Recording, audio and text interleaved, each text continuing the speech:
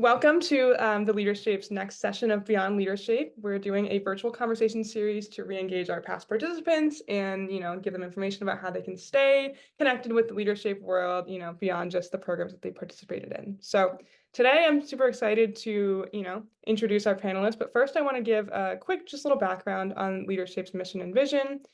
So the mission of LeaderShape is to transform the world by increasing the number of people who lead with integrity and have a healthy disregard for the impossible. And LeaderShape's vision is a just, caring, and thriving world where all lead with integrity and a healthy disregard for the impossible. So I'm sure we'll be diving into some of those themes as we talk about, different questions we have prepared today. So we've got a great panel of folks today to talk about how they've grown from LeaderShape, and in their professional careers, what they've taken away from LeaderShape and those competencies that they've gained. If you were at our last session, we talked a lot about how to market your student leadership. And I think this will be a great way to see some folks doing it in action, and maybe give you some inspiration for how you can market yourself and your leadership experience going forward. So I would love if everybody could just, let us know who's here and who we're sharing space with today. So if you are able to open up the chat, I would love if you could share your name, your pronouns, and where you're joining us from today so that we can all kind of know who's in this space with us. Despite what it may look like on Zoom, my name is not LeaderShape. First name Leader, last name Shape. My name is Carolyn Carmody, so put that in the chat as well. Thank you all for joining.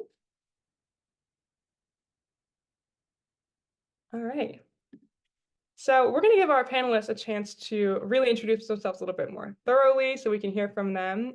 So for our folks who are on the panel, would you be willing to share your name, your pronouns, where you're joining us from, reiterating that chat information, and also just your kind of leadership history, your experience, where you participated, any roles that you've held, a kind of quick leadership rundown from your perspective. So Juan, would you be willing to kick us off? I would be happy to. Hello, Juan Mendizábal, he, him pronouns, joining from Charlotte, North Carolina.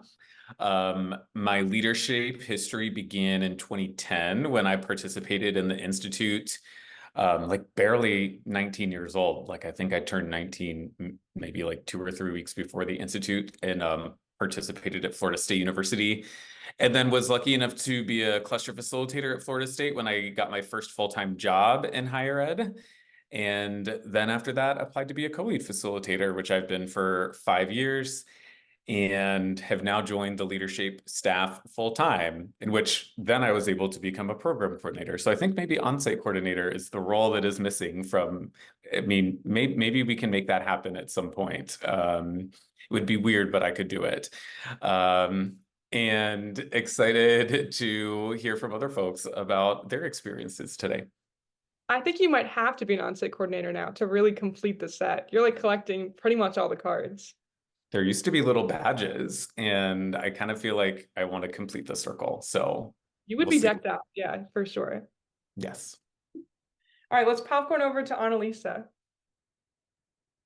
Thank you, Caroline. So hi, everyone. My name is Annalisa Crisostomo. I use she, her pronouns. I'm calling in from Toronto, Canada. My leadership experience. So I actually attended the LeaderShape Institute, which I believe is that 4-day program back in, I think it was 2013. I did this on campus at York University here in Canada. And so I've done other things outside of that after my leadership experience, but currently I was just accepted as a facilitator. So I'll be supporting with the national session happening in July in Chicago. Awesome. Vanessa, bring us home. Hi, everybody. So I'm Vanessa Schmidt, she, her pronouns. And I am coming in from Villanova, PA. I went undergrad to TCNJ, the College of New Jersey, and that's where I first was a participant in leadership during my junior year. And then actually served as an on-site my senior year. So Juan, you and I, we can kind of share all these titles together. And then I think we've got all the cards. I love that. Yeah, lots of roles represented today, which is awesome. So get a lot of different perspectives from all different types of roles. So with that, the first question that I would like to pose to you all is, what lessons or takeaways from leadership really still resonate with you today? Anyone who wants it can jump in first. I could jump in.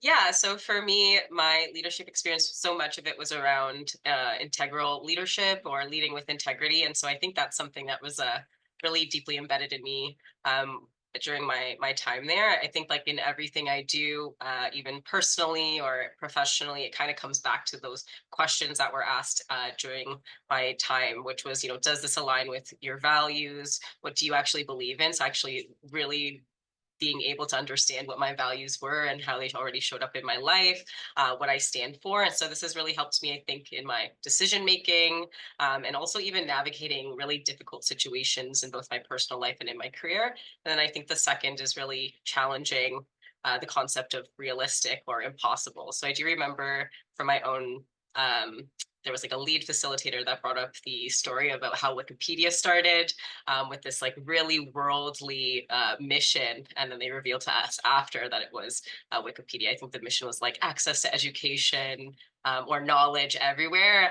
And so, yeah, it really opened my eyes to what it means to dream, but also to be able to like act on and build on your dreams too. So those two things I think really stuck with me.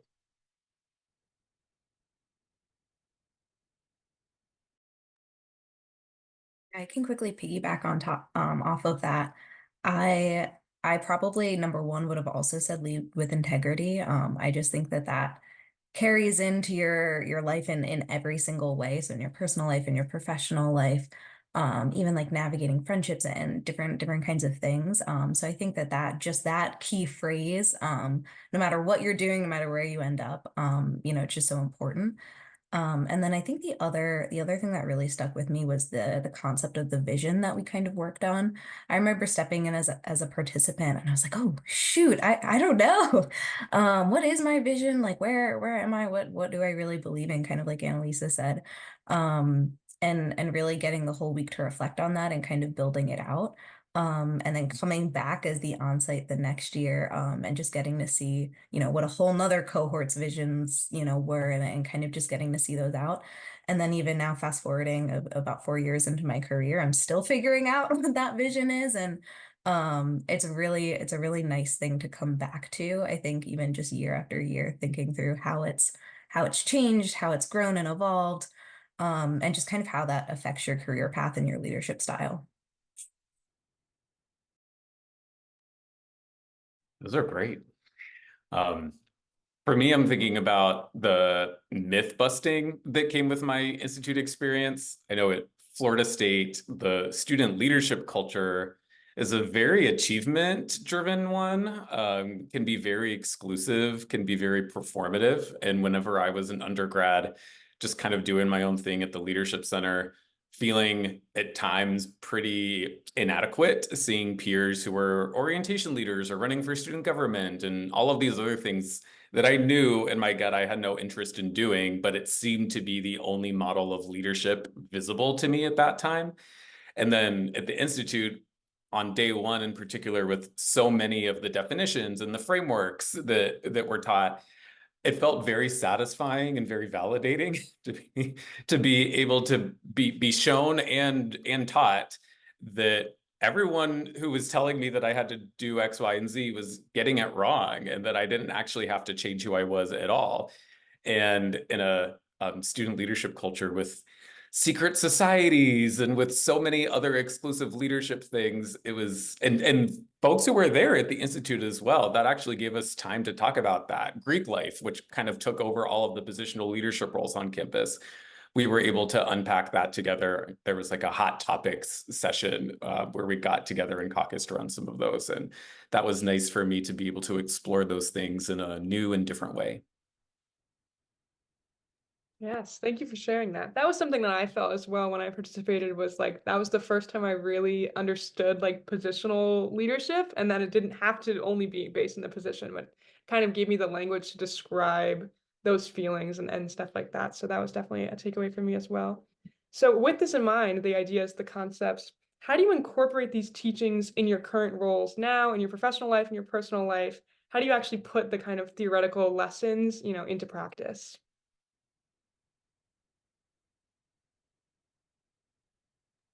I'm happy to start with this one because this one, I was actually just describing the everyone is a teacher, everyone is a learner concept to people in the yoga teacher training class. And that's such a deep leadership-ism that is so simple and so profound. And seeing that written and told and modeled through the co-lead facilitators when I was a participant was such a mind-blowing thing, because I had never been given such implicit respect for my life experiences before, especially as a younger person, and especially from two people who were at least a generation or two older than me that I would have expected. Traditionally in school, they discount your opinions, or because they were such experts, they didn't try to make it seem like they knew it all. They didn't try to make me feel like I didn't have anything to bring to the table. And so in my own work and my facilitation, and even when I would teach classes, I would bring that teacher learner equity.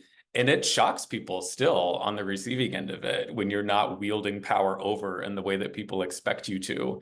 And that has changed the game for me. And I can very much pinpoint my participant experience as the place where that different energy and equity as a leader came into fruition. So that will stay with me forever, I think.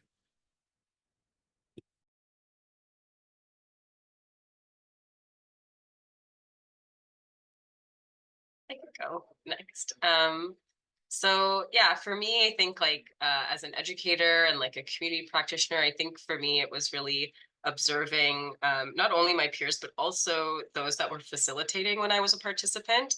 From that, I really understood the importance of, or like the courage of role modeling kind of vulnerability in community, and in the ways that it actually allows other people to show up as who they are when you kind of have the courage to show up as who you are as well. As well as, you know, there was so much care taken, especially at the beginning of our institute experience, in building trust amongst one another. I think it really optimized our learning and really allowed us to show up and like make mistakes and feel uncomfortable and like kind of lean into that discomfort. And so, yeah, as an educator, I try to like kind of foster this environment for my own students. When I supervise students, I try to do the same thing. And then, you know, I think it's also important when you're with your peers or your colleagues to also try to have that kind of environment. It was something that I really saw and was really special in, I think, the leadership community. And so I tried to kind of adopt or bring some of those things into my own practice.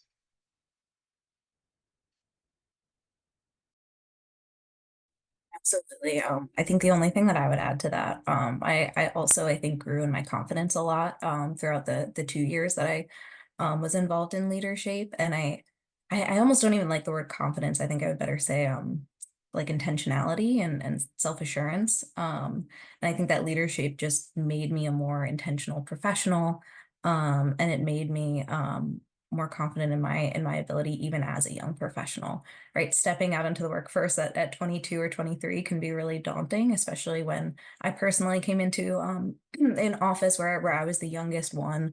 And I think that a lot of folks feel that way, or experience similar things. And so to know that you do bring value and you bring a different perspective, a fresh perspective, or you know, that you have the ability and that you were hired for a reason. I think, you know, that's something that you really you always kind of keep with you. And I think that intentionality just played a big factor for me.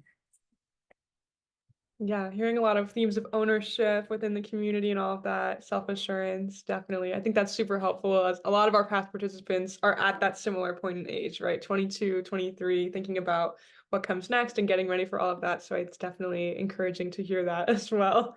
I can speak for myself. It's encouraging for me to hear that. So thinking about this, it's been a couple years since you all were at the Institute, and really thinking about your initial leadership styles. So as you've kind of evolved and gone through different life experiences, how do you think your leadership style has changed over time?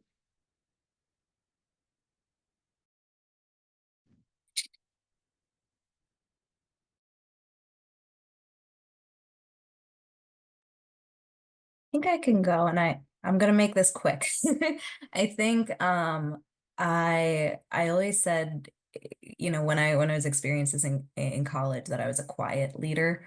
And I think that that's still relatively true. I definitely don't think that I'm ever going to be the loudest voice in the room. I'm never going to be the first to speak. I just know that about myself, and I know that that's okay. But again, I think it goes back to the intentionality, and I think that that's what I've really, really developed over time. I think some folks will, kind of give their thoughts immediately, and that's great if it works for them. And whereas I like to really kind of think through every decision before I make it, or think through all of the different kind of pieces. And knowing that I can, rather than kind of try to change myself, that I can actually grow that and utilize that as a strength. I think that's kind of how I've grown and evolved over time.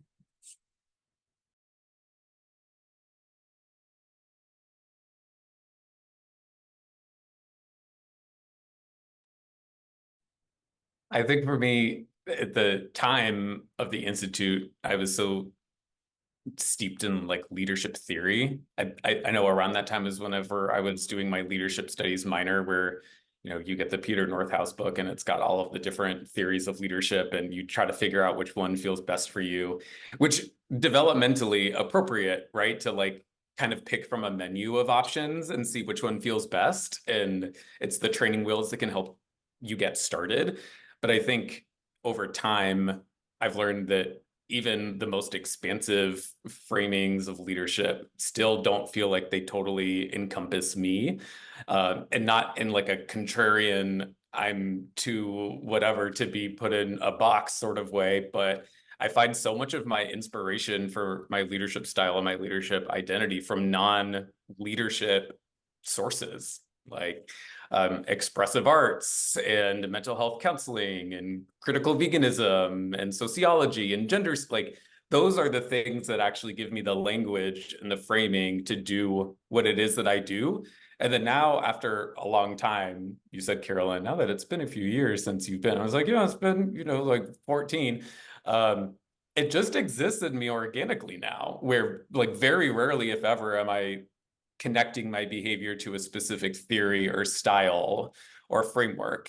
And now I'm just kind of doing me. So maybe there's some like letting go that comes at a certain point in time after you've done this for long enough, or maybe it's just the tethering to a model that doesn't feel like it sits right in my spirit.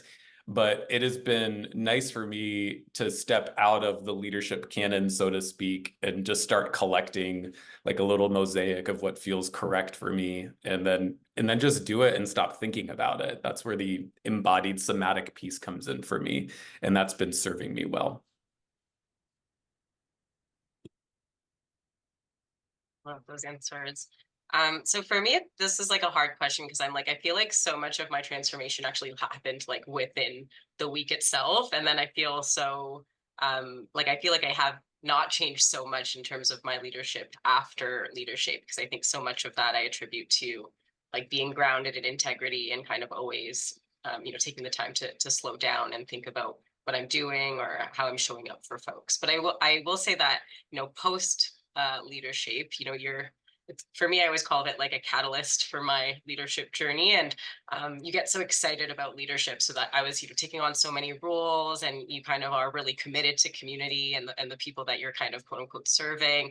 And so you're kind of checking on everyone, you're taking care of everyone, you're, telling people to slow down, you're affirming them of their own leadership and what they contribute. And I think over time, I've kind of understood that needs to extend to myself. You get so caught up, I think, in that kind of leadership role, regardless of how you look at it as like a position or a title, like, you're just kind of embodying this role of needing to always be supportive and always, affirming others. And so I think sometimes we forget to kind of incorporate our own like self-care within that. So I think for me, I'm more cognizant now of how much that care, especially for leaders, I feel like so many folks are like that, how much of that care kind of needs to be brought back to ourselves, and that we need to ask for help and have people to lean on as well. So Definitely. Thank you for sharing that. I think it's definitely true, especially with the kind of students that we see who are often participating in leadership programs. Like they tend to be, very servant-based and ready to give to everyone. And I think it's an important reminder for all of us to do that kind of internal reflection and helping ourselves, be the best that we can be as well, and investing in ourselves with that. So with that in mind, really flows nicely into our next question. For our panelists, I want you to think back, imagine it's, day 4 of LeaderShape. What's one thing you wish you could tell that version of yourself, that college-age self, when you're participating in the program, that general time in your life? Looking back, what's the one thing you wish you could say? And it can be more than one. I know one is kind of limiting. So just ideas of things you would want to say.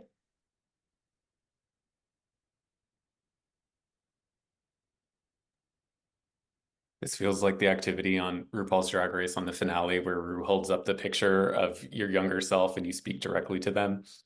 For me, I would say, like, if your gut feeling tells you that most of the leaders you've seen in your life are not effective, then trust that.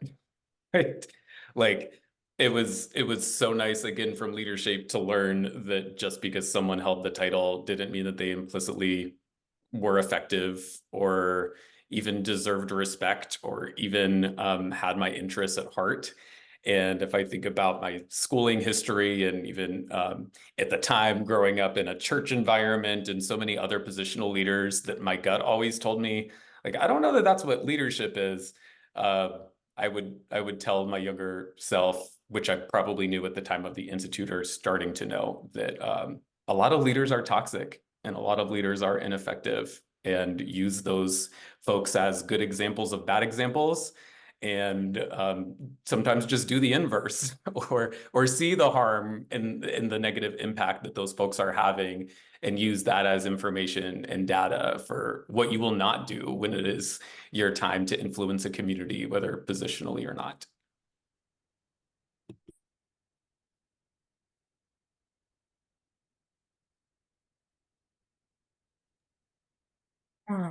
Yeah, I think to go off that, I'm trying to boil it down to one, but I guess to boil it down to two. Number one, early life is chaotic, and number two, community is everything. So I think that those two things kind of go hand in hand.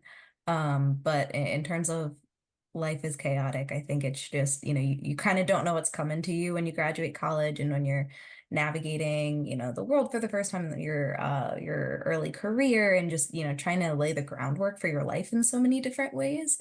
And how leadership kind of plays a part in that, and how your values have to play a part in that, a major part in that. Um, so you kind of just have to work through the chaos a little bit.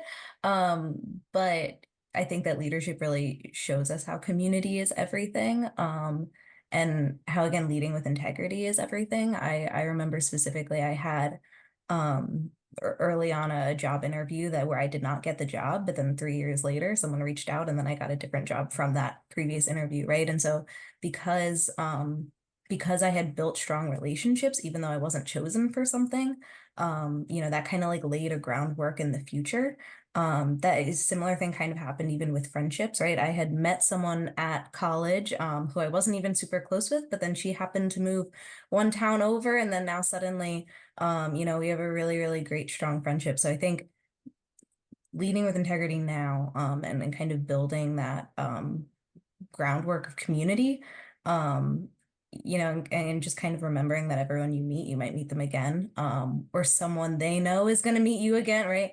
And just, kind of making sure that you're treating every single day, with the value that it should have. Because early life, everything comes back around. So I think that's what I would tell myself. I think I'm going to build a little bit off of what Vanessa said. And I think, yeah, it's quite related, is this idea of kind of trusting the process. I think we have so many different expectations when we're in college. And then, we may feel it a particular way when it doesn't end up the way that we expected. And so I think that, combined with this idea of like critical hope for yourself, but even just extending like for the world as well. And even for my own story, and our facilitator was pretty good at actually like grounding us, as in like, you're living in a bubble with a bunch of leaders that are like now really grounded in integrity, and like they're going to want to change the world, but then you're going back into the real world, right? And I think that's where we have to remember that, going back to kind of it's important for us to be surrounded around people that are like-minded or like-hearted in the very least, but also that we need like hope to kind of keep a piece of leadership with us when we start to kind of see that the world isn't the way your institute experience was, right? That there are people that are not necessarily good leaders just because they have titles, as Juan said, or there's going to be certain barriers to achieving some of these kind of worldly dreams that you have, but just kind of holding on to hope in this idea of these impossible things are possible. I'm going to play off of the mission there. So yeah, I think it's just trust that, kind of keep going, and I think things will in some ways come around, or they will kind of unfold in the way that they should. So Yeah, I love that. I think that trusting the process and relying on that community too. And I think that's one of the goals of even having these, post leadership, beyond leadership sessions is that reminder that the community is still out there. Plenty of people are out there and they see that same passion and the vision and all of that you see as well. So engaging with folks like this and coming to these sessions is a great way to kind of remind yourself of that hope, build that trust, all sorts of things. So we've got a few minutes left. I would love in the last 2 minutes if anyone in the audience has a burning question they'd like to get out. I'm sure our panelists will be able to stick around as well and can share contact information with all of you. But if there's any questions, I would love to give a minute to the audience as well.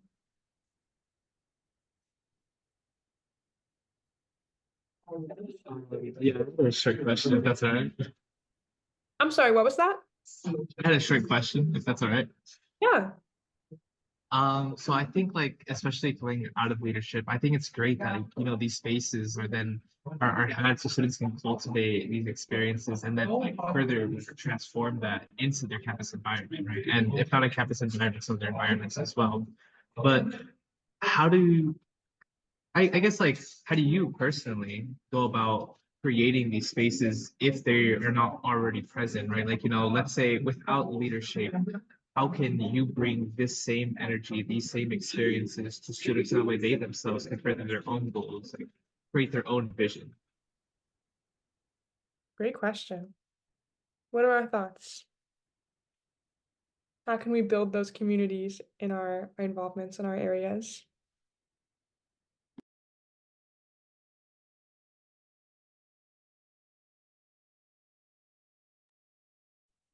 go.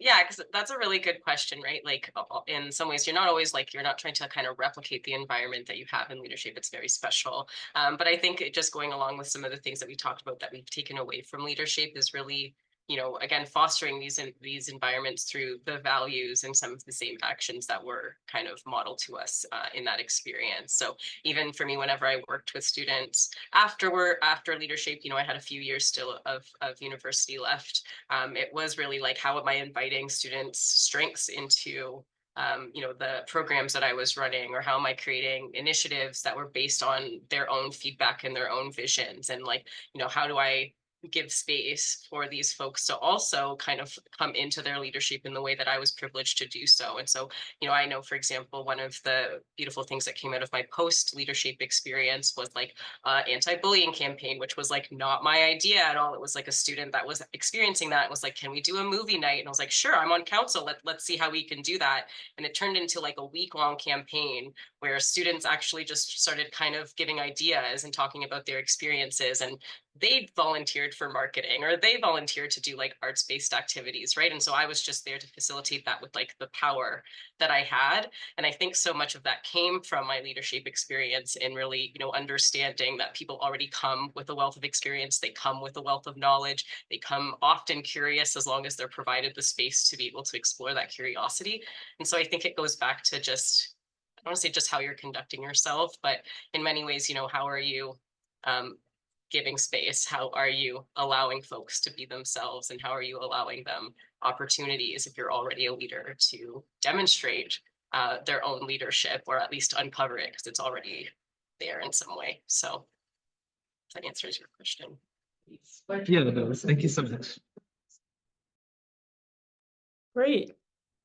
So we are out of time, and I want to be mindful of that. But thank you all so much for joining it. I think this was a great session. It was great to hear from all of you. We've got one more Beyond Leadership session coming up on April 16th. It's a recharge session. So if you're feeling that end of the semester burnout, Abby Prince Atwood, one of our leadership faculty, is going to guide us through a bit of a resilience activity and talk about how we can power through for the rest of the semester. So that's on April 16th. More information is on our Instagram and LinkedIn, and you can stick around as well. I can connect you with that if that's something you're interested in. But thank you all so much for joining us.